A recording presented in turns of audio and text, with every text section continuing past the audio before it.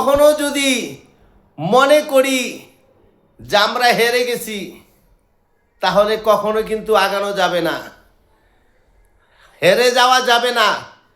একটা কিছু করতে হবে। জীবনে একটা কিছু যদি না করেন, কি করে সামনে আগাবেন? তবে সব কিছু ফেলে দিয়ে এই জায়গায় থাকা যাবে না। কাজের শেষে আমরা এটা নিয়ে থাকব।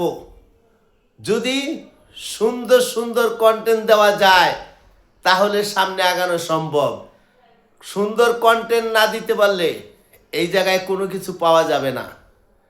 সত্যি কথা বললে এই জায়গায় কোনো দিন অর্জন করা যাবে না। আপনারা কিছু প্রতিভা দেখান, প্রতিভা দেখাইলে এখানে কিছু পাওয়া যাবে।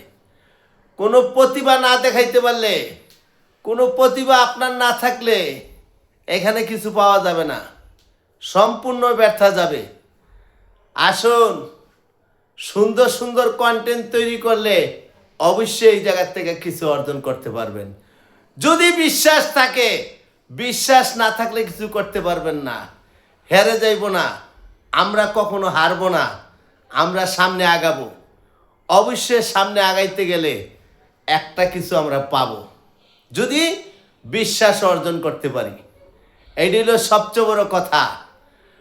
আর যদি মনে করি যে আমাদেরকে কিচ্ছু দিছে না, 2-4-5 দিন, 10 দিন, 15 দিন, 1 মাস, 2 মাস, 6 মাস, তাহলে আমরা হেরে গেলাম।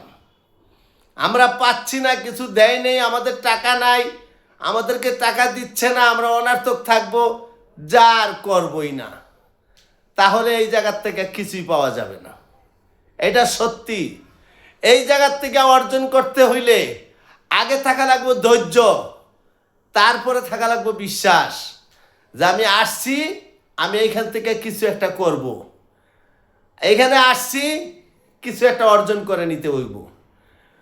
হয়তো আপনার সংসারে কলঙ্ক, হয়তো আপনার ফ্যামিলির কাছে আপনি কলঙ্ক, হয়তো আপনার পাড়াপড়শির কাছে কলঙ্ক, যে পাড়াপড়শি বলবে যে ওই পাগল হয়ে গেছে, পাড়াপড়শি বলবে যে ওই জানি কেমন হয়ে গেছে, সর্বদাই ছাইরা এখন তো সে ফেসবুক নিয়ে, ইউটিউব নিয়ে পড়ে রয়েছে। এইটা হার মানা যাবে না, পিছে সরা যাবে না, সামনে আগাইতে হবে। সামনে আগাইতে গেলে মনে করবেন যে হয়তো একটা কিছু করা যাবে। যদি মনে করেন যে আমাকে একজন একটা কথা বললো, এখানে আমি আর কাজ করব না, তে হেরে গেলেন, তাহলে হেরে গেলেন, হারা যাবে না। আসুন আমরা সুন্দর মতো কাজ করি, আমরা হারতে চাই না। আল্লাহ হাফেজ, ভালো থাকবেন।